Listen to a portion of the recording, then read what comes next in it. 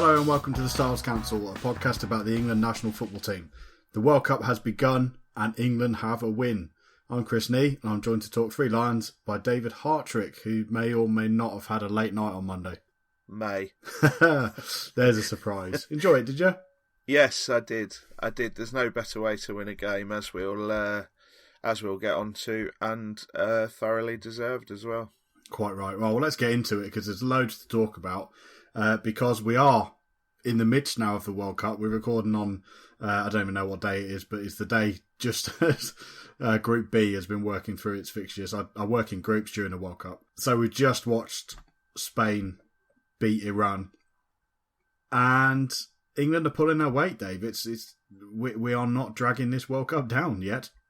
No, not at all. And there's been quite a notable lack of pressing in this World Cup. Uruguay today have driven me absolutely insane with their lethargy, basically, in the face of so little resistance. England were actually turned out to be quite a refreshing change, and were, playing pretty high up the pitch. And so far, we had that unbelievable Spain-Portugal game. But apart from that, there hasn't really been an individual performance in this World Cup that you'd look at and say, well, England were significantly worse than that. No, lots of good, very little outstanding. I think the games have generally been very entertaining, but in terms of single team performances, I think we've still got the best to come. England's first game was against Tunisia, a 2-1 win in Volgograd. It was pretty much the team we expected, more or less, Dave. A couple of high-profile changes from that, but we'll have a quick run through it. Pickford in goal, Walker, Stones and Maguire. So Maguire was one of the little surprises. Trippier and Young at wing-back. Young and the other surprise, I suppose. Henderson, Lingard, Ali, Sterling, Kane. Front core we knew about, I think, Dave, didn't we? Yes, yeah. Those last five names are absolutely nailed on. The Maguire one, I didn't think he had a bad game, but having watched a little bit of Tunisia and done my previews for Football 365, I was slightly disappointed Cahill didn't start, actually. Just knowing how bad Tunisia are on set pieces, I'd have thought Cahill might have been the better option, but that's not to say Maguire did anything wrong either. I thought he was fine. I don't think he was absolutely outstanding, but I thought he was fine. So decision justified, really. Shall we agree now that everything we talk about through the rest of this show is academic because a win is a win? Yes, yeah, absolutely. You can overlook that at World Cup time. I think we can look too closely at this. I will take any World Cup win over any opposition. Results business. Yeah, isn't it? And Spain have just managed to squeak out a result that they'll be very happy with. Mexico won't be complaining about anything to do with their first performance. It doesn't really matter who you're playing against, I don't think. No, and England's historically poor record in tournament openers and England's very recent history with the game against Russia in the Euros, I think it was important to get a win out of it. However the win came, like you say, was slightly academic. As it turned out, it was slightly unreal circumstances in a lot of respects. But yeah, it's absolutely a results business, and it's the same with Panama on Sunday. I know we're already looking forward when we're supposed to be looking back, but you've just got to get 6 points out of these two games, and it doesn't really matter how you get there. The key characteristic of this World Cup so far to me has been that there are no easy wins out there for anybody, unless you're. Well, let's not talk about that. Would you say England are a team that are living up to the perceived new persona? We saw them in action after all of the talk about how England are different. Did that come to pass in the game? Yeah, I think in particular for the first half an hour, just how proactive we were. As I said, our pressing was very evident. Via that, we were creating a lot. There was an awful lot coming down that left-hand side. They couldn't cope with us there at all. There was none of the sort of static passing from the last couple of tournaments in that opening half. It was everybody was looking to try and get on the front foot, which I thought was refreshing. And another day, 15 minutes in, England are 2-0 up. It seemed to be one of those days where, we had the Sterling chance where he was slightly unlucky because the ball was behind him, and trust me, it's incredibly difficult to adjust your feet into position to be able to get your left foot wrapped enough round the ball to A, keep it down, and B, get it on target.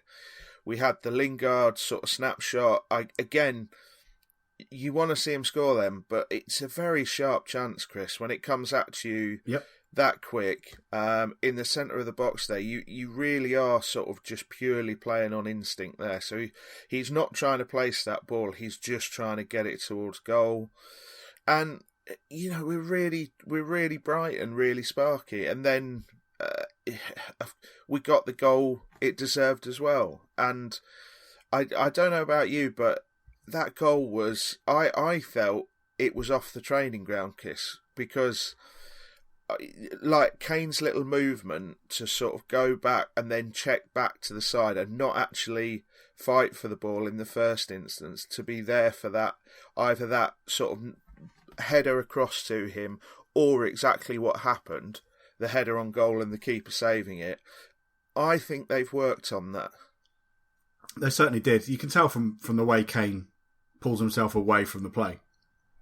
And it's not particularly advanced tactical play to decide just not to throw everybody's head at a ball. But it was really noticeable that some players had the job of going and attacking the ball. Someone had the job of going and poaching, and poach he did. It was a really pleasing goal from an England point of view. Very much deserved. Only 11 minutes in. And it was a cracking header, actually. Goal was by John Stones. Really good save from the keeper. I'm still not convinced it hadn't crossed the line. No, I'm not at all.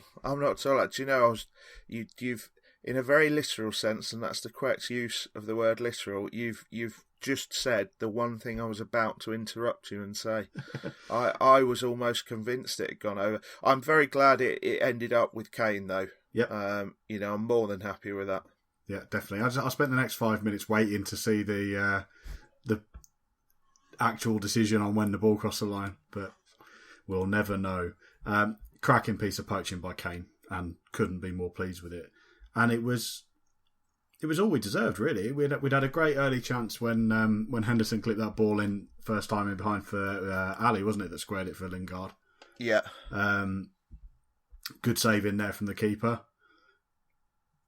And so important to get the early goal in a game like this. We spoke about it with Nigeria to a lesser extent, but certainly Costa Rica. Getting that early goal just unlocks the game a little bit for you. And we actually saw in this game what happens when you then pull it back to all square and then play a whole game with the pressure of needing a goal.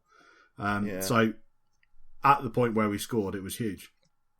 We then saw Kane wrestled over in the box, of course. I can't really... There's a little element to me that's sort of crying over... The thing is about this VAR lot is that everybody has a unique and individual take on it. I can understand the thinking behind it and the desire for what I'll label as correctness, for everything to be absolutely spot on. But you look at Kane being wrestled over, and then you look at in the morning people picking through the incident and actuallying it with a John Stones push on somebody in the area 6 feet to the side, and that's when you do think, this is just sucking the life out of it. But I the benefit of the doubt in any of those situations should be with the striker for me, because if you put both your arms round a player, that is a foul. Yep, you could not do that in the centre circle from a goal kick. If you went and did that in the centre circle from a goal kick, I'll go further and say you'd get a yellow. If you did it again, you'd be straight off. So it's frustrating, but again, I'm struggling to sort of, not care is the wrong word, but I'm struggling to worry about it because, as you've just said, everything is so academic when placed in the context of just getting 3 points. Yeah, exactly. So we're not dwell on it too much, and we're certainly not going to go into the VAR thing because I'll be here all night. There were other little chances. You've mentioned Sterling already. Lingard fluffed his volley off of Ashley Young's best cross of the night. I thought, great chance that, Dave. That was the one that started to worry me. Yeah, but again, I mean, I sound like I'm sort of making excuses, but again, it's a difficult take, Chris. It's not totally agree. It's not one that every player scores 90% of the time. That's a sort of 40% chance for me.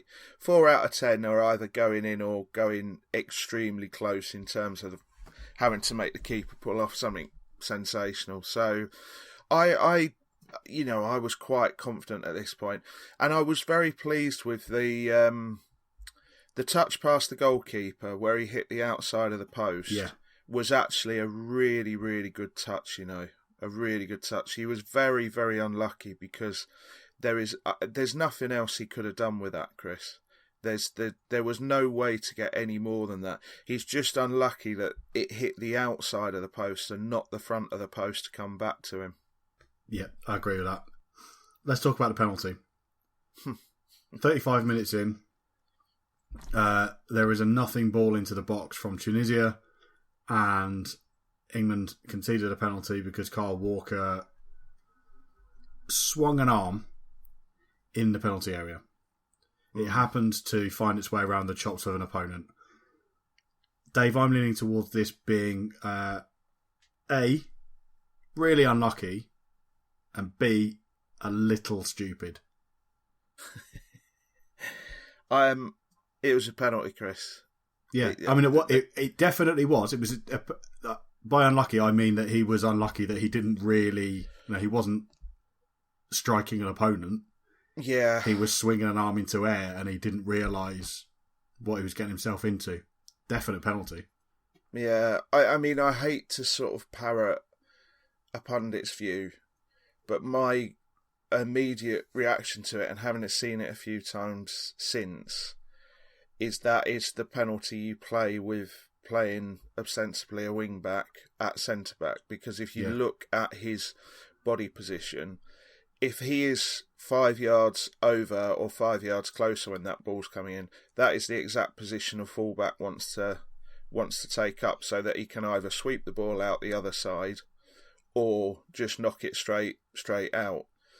Whereas the centre back, I think, would have been slightly squarer from the get go and would have just launched himself to get the header.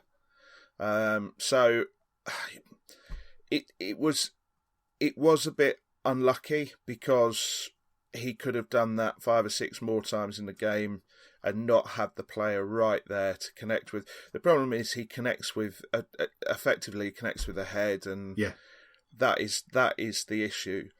But you can't. If that had happened up the other end, we'd be absolutely up in arms if it wasn't given. So you can't argue with the decision, and you can sort of see exactly why it happened. And I mean, let's be honest, Chris, you could probably see it happening again. It's part of the compromise you make, in my honest opinion. But then you have to look at the other things he did on the night. He was very good on the ball. He broke out a defence into that midfield on more than one occasion and completely sort of changed the phase of play. I thought his distribution was good overall.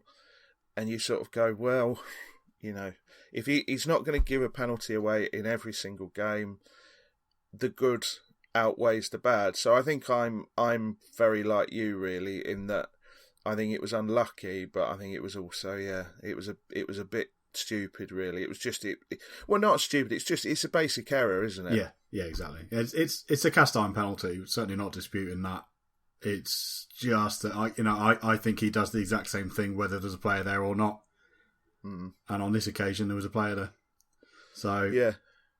But again, it's because he's used to being either 5 yards one way or 5 yards the other, Chris. Yeah. Whereas a centre-back understands that position in it, completely centrally and what to do. Yeah, and I worried at this point that we had problems because that penalty set us back to the position we started in, which is level. So we then needed a goal quickly to make the game comfortable, and we didn't get it the second time. So the game changed from that point disproportionately to what actually happened. Yeah. It totally changed the complexion of the whole thing. And it certainly made the second half a very different performance from England, I think, as well. Still a good performance, I thought, Dave, but a very different one. Yeah. Can I set my phases to smug here? Yep. I was amongst several friends who can verify this on Twitter if I'm pushed. And I said, right from the moment that penalty went in, I just knew we'd get another. And I mean right up until the very last. I was just insanely confident because the way, you're right, the game did completely change and England had to attack in a different way because suddenly Tunisia went back to sort of that very, very deep defence and very, very deep two midfielders with another two sort of hunting the ball down actively.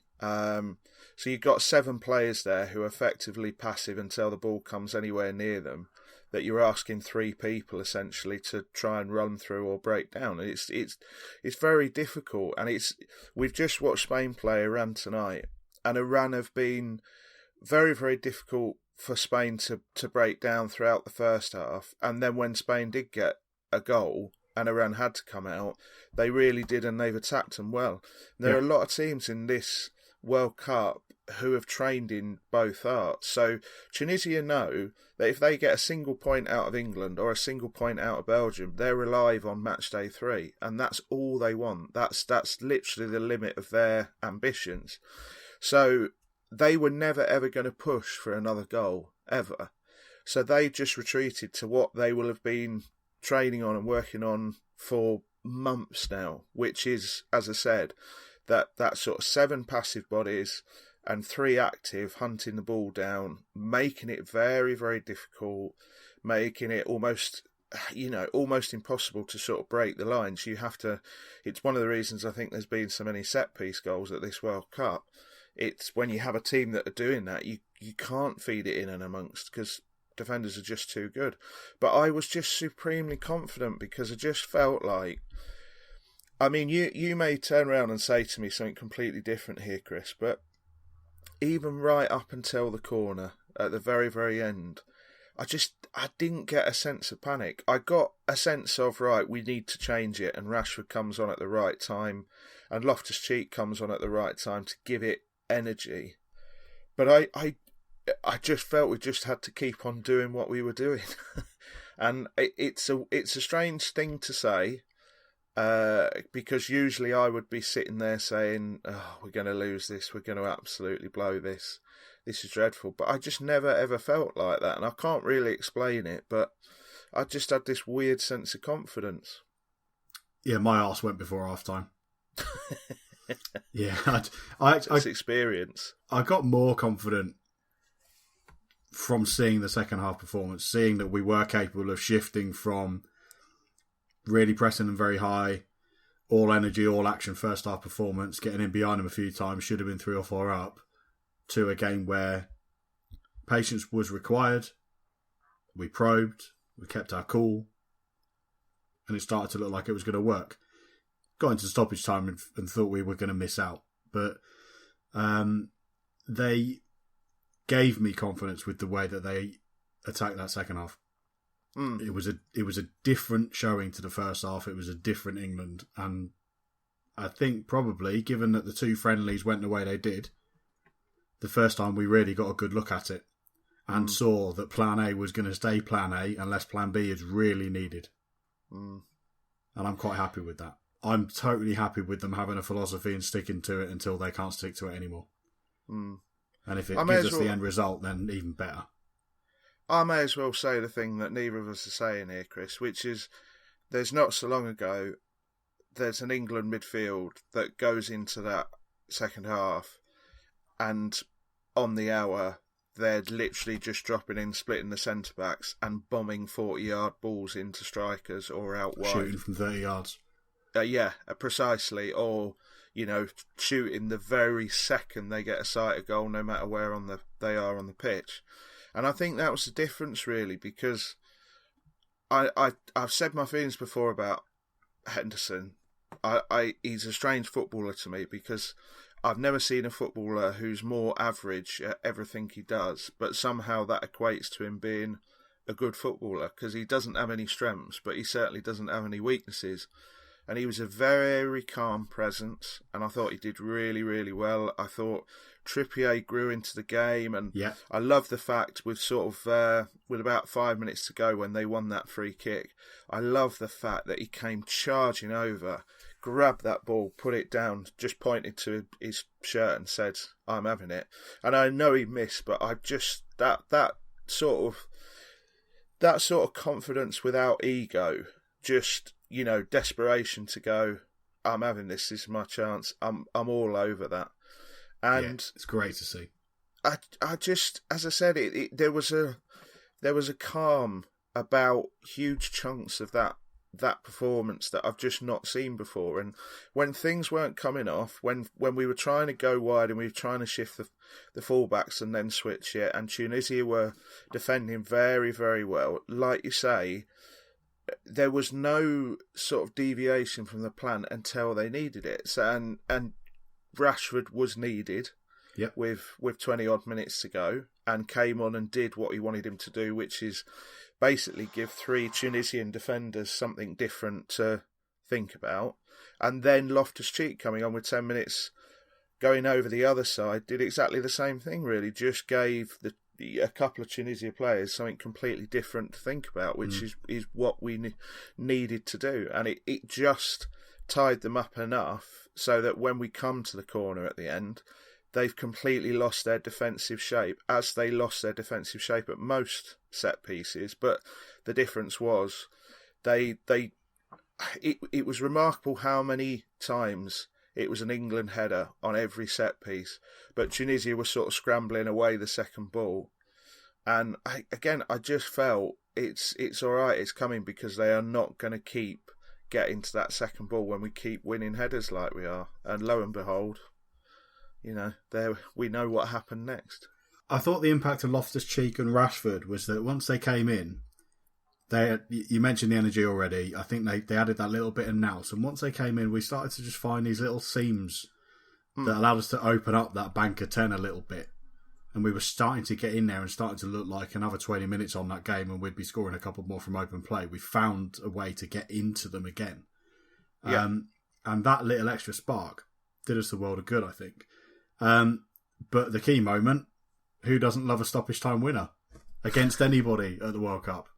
No, there's no better way to win a game. And I was saying to a couple of friends in the public house we were watching the game in afterwards that it actually serves this group of players at this moment in time to win that game like that far, far better than winning it 3-0 would have done, because it keeps the adrenaline so high. And if you'd have offered them the Panama game the next morning, they would have taken it, because they were absolutely sky high. And it was noticeable in all the interviews after the game, Henderson's interview and Walker's interview, and Kane's interview, obviously, that they just couldn't stop smiling. And I thought, Chris, as well, I think this is worth mentioning, I think that's a brilliant goal. Oh, yeah. It is such an underrated goal in the context of this World Cup. Yeah, because, again, it's a move they've worked on. Kane, he doesn't do much, but he basically takes 2 steps to one side and then 4 steps to the other, loses his man. We win the header because we've put the corner exactly where we want it. Yeah, Maguire's big old nut. Yeah, and I think that header is definitely steered towards him. I honestly do. Having watched it a couple of times, it's not an attempt at goal, I don't think, that has, gone badly wrong and ended up there. Again, it's muscle memory and work into stuff that they've done on the training ground time and time again. And then the other thing is, I think you've got to talk about the header. I mean, it's such a good header when you see that angle from behind where he's working with probably about 1.5 feet between the goalkeeper and the post, and it's just instinct that gets it past that goalkeeper before he can react properly. And yeah, it's hyperbolic to say, it's a brilliant goal, because it's just a very well worked set piece move. But it's been sort of underrated as effectively a bit of a tap in, or fortunate he found himself there. No, that is the plan. That is what we want Kane to do, and he did it. That is the culmination of, as I said, the 2 goals in this game are the culmination of hours and hours on the training ground. So yeah, I was delighted it went in, but also, I can completely verify this if anybody wants to question me on it. I really was strangely calm. I knew it was coming because we deserved it. How often have England showed up for a World Cup and been on trend as well? It would have been such a very England thing to do, to get to this World Cup in Russia, see a tournament completely dominated by set-piece goals, and not be ready for it, and not be prepared to score some set-piece goals of our own. We have a plan for these games, and I'm totally behind it. I think the finish makes this a brilliant goal, because we're all accepting this as a decent goal, a decent finish, because it's Harry Kane. That finish is nigh on impossible. It's borderline witchcraft, turning that header in from the position he did. The gap he had to strike into is one thing. The body position he had and the physics involved make that, for me, that's genius level finishing. Yeah.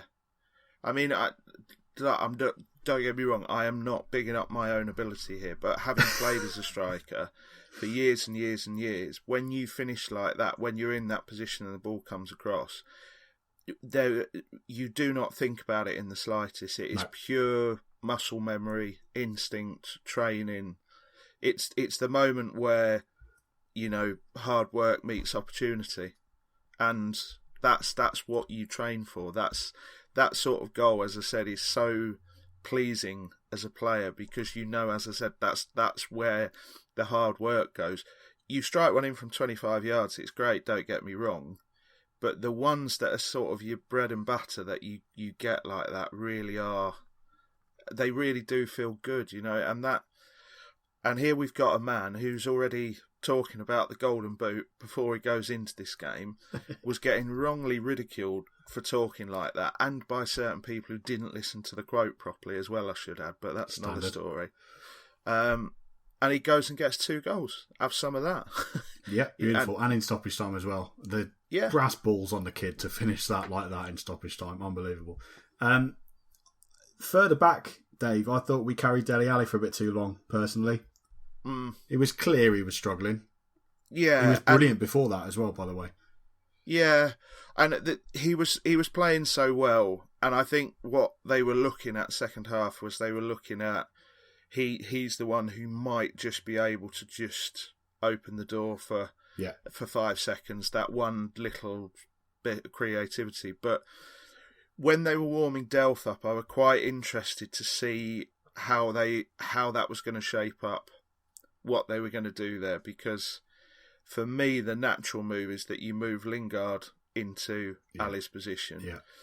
So I was quite interested to see how that would have worked. Then obviously we get through to half time. Then he comes out at half time, and you watch Loftus-Cheek come on and play the way he is, and so imposing as well, Chris.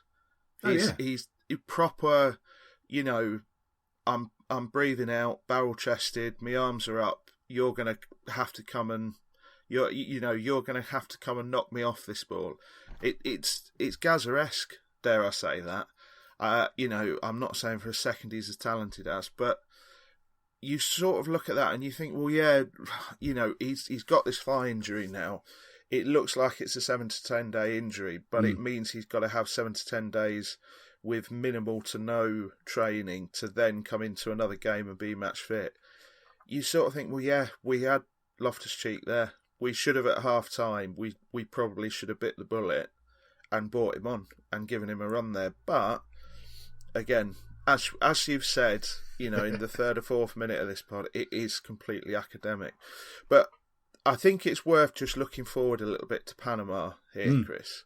And I'm very interested to see what he goes with, because Panama there is no point having a sort of plan that is so focused on set pieces, really, because Panama they're very big, they're very strong, and if you just keep crossing it into the box, they have a couple of players who are quite happy just to keep heading it out. So we do need to do something a little bit different, and we need to be prepared to break the lines a little bit more. But Panama, it should be noted, aren't very good. Exactly. So I genuinely think that we should probably play the same team, other than Ali, obviously, who's out, and I think we just I think you give Loftus-Cheek a run there, but as I said, you could move Lingard inside and maybe play Rashford wide. I don't know, and I'll be interested to see if we sort of keep the bulk of the same team but play just a slightly different way. I don't think we need to be sort of harem-scarum like we were in the first 20 minutes, but I think we need a bit more than corners and free kicks. Yeah, and I think we'll get it as well. And again, we don't concede that penalty. I think it's a very different game. So I think the key here is not the key to winning necessarily, but the key to a relatively comfortable game is a quite early goal. So I agree. I think I would be looking at Loftus-Cheek in that position. I think I'm really tempted by Rashford in for Sterling, but I don't think this is it. No. I think Sterling has to still start this game. This is Sterling's best chance of scoring, and I think if Raheem Sterling gets a goal at this World Cup, it completely changes his form in an instant. He didn't have his best game. I don't think it's anywhere near as bad as some would have you believe. I wonder where that's coming from. But I think missing that early chance rattled him, It often does with Sterling. Yeah, I think when that ball came across, it really was a bit of a sliding doors moment, because if he slots that in, I reckon he's giving half that Tunisian defence to run around for the rest of the game. But such is life. What's done is done. 3 points on the board. Jolly good show. It is, yeah. Just a couple of shout-outs to the performance on the night. I thought Kane was decent all round, but just having that ability to score 2 goals when we really need them is priceless. Yeah. I thought Ali was brilliant before the injury. Loftus-Cheek and Rashford were fantastic when they came on, made a huge difference, I thought. Raging Geordie Henderson, Dave. Absolutely bit between your teeth, vicious all night. And it was, I think that's the best game I've seen him have in an England shirt. Was it one of the spring friendlies? I thought he was really good and might just edge this. But certainly was it against Holland? I think it was the Holland game. Yeah, I thought he was excellent and showed a really different side to his passing game. Yeah, but the way he approached this, you saw the leader in him. I think in an England shirt, really for the first time. Who was your man of the match? I think probably Kieran Trippier, just about. Yeah, I was going to say, for all these good things we're saying, I thought Trippier were outstanding at times. Just for the way he was so... He's not the most dynamic sort of rampaging forward wing back. He's not cartwheeling past players and drilling crosses in. But I just thought he was so clever with the way he used the ball. On so many occasions. I saw the stat today that he made more key passes in that game than anybody else in the first round of games in this tournament. And that doesn't surprise me at all, because he really... a lot of Spurs fans tell me that the problem is he keeps losing the ball all the time. He just never felt wasteful in the slightest. He never felt like he gave the ball away anything other than when it was completely justified. And I was really, really impressed. And to the point where he's made himself absolutely undroppable for the next game, Yeah. which is... It looks like he's been playing for England for years. Yeah, which is brilliant. In a very literal sense, you can't ask for any more than that, can you? No. Dave, for all the pressure and all of the need to not make assumptions as England fans or take anything for granted, needing to beat Panama to qualify is a decent spot to be in. Yeah. Their game against Belgium was one of the ones that I was only able to have one eye on. So, what do we need to do? How do we beat Panama? They're going to do what Tunisia did, which is they're in the same position. They know a point from Belgium or England and they're still alive. They haven't got the point from Belgium, so they will be even more defensive against us. But they are incredibly naive. They leave gaps, and I think if you get an early goal, it kills them because they haven't got anything else, Chris. They've got very, very little going forward. And the nerves are going to come if they basically pack the goal mouth with 11 players. And we're having a night like Spain have tonight where they've literally had to rely on a complete fluke to actually get the goal. But I can't see it. But, as I alluded to before, they've got a really big back line. And if you just pump crosses into the box, as Belgium found out, they're quite happy to head them away. They're more than comfortable with that. What they're not comfortable doing is when you're playing with real pace, when you are splitting the centre backs, when you are playing those little balls in behind and the overlaps, and that's what we've got to do. That's what we've got to do. And I think we have to. I think we really set off absolutely full of adrenaline against Tunisia to try and get that early goal. I don't necessarily think we have to do that against Panama, but I think we probably will. Bear in mind, we got the early goal against Nigeria, we got the early goal against Costa Rica, we got the early goal against Tunisia. So why change the thing? If it's working, keep doing it. But Panama just aren't very good. They're just very awkward. So we just have to be clever. And that patience that we showed against Tunisia is going to come into play again against Panama. There's absolutely no doubt about it, because if we don't score and we get to half-time at 0-0, then they are going to get even deeper and they'll be starting on their own goal line. So it's going to be, I don't think it's going to be particularly pretty for much of the game. But I think, as I said, as soon as England get one, that Panama really don't have anything else to offer. So if we did get a goal in that first half an hour, he said with incredible trepidation, I really wouldn't be surprised to see England go and get 4 or 5, genuinely. Belgium got a 3-0 win, and they were awful.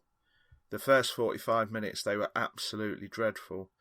The second half, they just upped it 5%. They were still nowhere near the best, nowhere near their sort of individual capabilities, and they got one goal that was a brilliant finish, a second goal that came from a piece of brilliance from De Bruyne, and then a third goal where Panama were just trying to push a bit, and obviously the space was then in behind for Lukaku to run onto. So England just need to be clever. They just need to keep playing the ball, keep passing the ball, keep shifting the centre-backs around, keep shifting the full-backs around, and the gaps, there will be far more gaps than they were against Tunisia. Far, far more gaps, and they've just got to take the chances. And, like, Lingard got a lot of flack, and a couple of others got a lot of flack for not taking the chances early on. I'd much rather have the chances and miss them than not have the chances at all, because I've watched too many England games in too many tournaments with too many supposed golden generation teams where we've just not created anything. I've, as you have, Chris, I've watched England games with far better individual sides than this one, where in that 20 minutes we've created more chances than that lot created in an entire 90 minutes, sometimes in an entire qualification group. So it's just about being clever. It's just about sticking to what they know. And it's quite an easy one for Southgate as well, because he doesn't. There's no great change or planning other than, as I said, we just step back on. We can't rely on the set pieces, so we just have to do the other side of the game, which we were doing anyway against Tunisia. And I as I said, I could be proved completely wrong, and our next podcast could be me crying into a bucket. But I would be very, very surprised if it wasn't 2 or 3-0. The first week's been all right, hasn't it? Yeah. Have you enjoyed the World Cup overall? Yeah, I have. It's had very few games I would describe as absolute stinkers. Felt like there's been something in near enough every game, and there's been a lot of very entertaining moments already. So I've got high hopes that it's going to continue, actually, because we're getting into the meat of it now as well, of course. There's been a couple of sort of 8 or 9 out of 10 games. There's been one absolute all-time classic, one of the greatest World Cup games, I'll be honest, I've ever watched in my lifetime. And there's been lots of sort of 6 out of 10 games where it's had that moment or that half an hour that has redeemed it, and I'm completely fine with that. I watched the 2010 World Cup, so I'm completely fine with 6 out of 10 games. Yeah, I don't think I missed a minute of that competition. Yeah. And I'm not sure you can remember that many either. No, I definitely can't. Right, England game on Sunday, so we'll leave it there and come back at the other side. We'll try and get another episode in between Panama and Belgium, so keep an eye on sphinxfootball.com for that. We are Sphinx FTBL on Twitter, Facebook and Instagram. You can find me at Chris M. Nee, Dave is at David Hartrick, and we will see you in a few days. Cheerio.